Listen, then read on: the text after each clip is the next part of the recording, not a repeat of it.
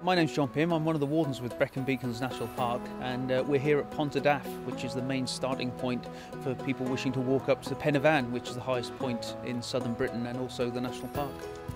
Wales offers a great deal for walkers. We've got the high mountains and rolling hills, as well as the woodland sites and the river sides and the canal sides as well, for people who want a bit more of a gentle walk. But for anyone of any ability, there's something out there for someone in Wales. The Brecon Beacons are quite a diverse landscape.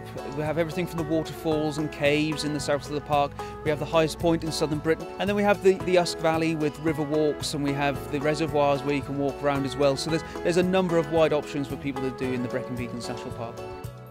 I've been very fortunate in the 11 years that I've worked for the National Park that I've moved my patch that I look after a number of times, and one thing I've learned from that is that each area of the National Park has got its own uniqueness, its own features, its own interests as well. So if you've visited once or you've visited twice, you haven't by any means seen all of the National Park, and it takes many years to discover all of the park. I'm still going to places now after 11 years that I've not been to before, and finding new places and seeing wonderful views that I've not seen before.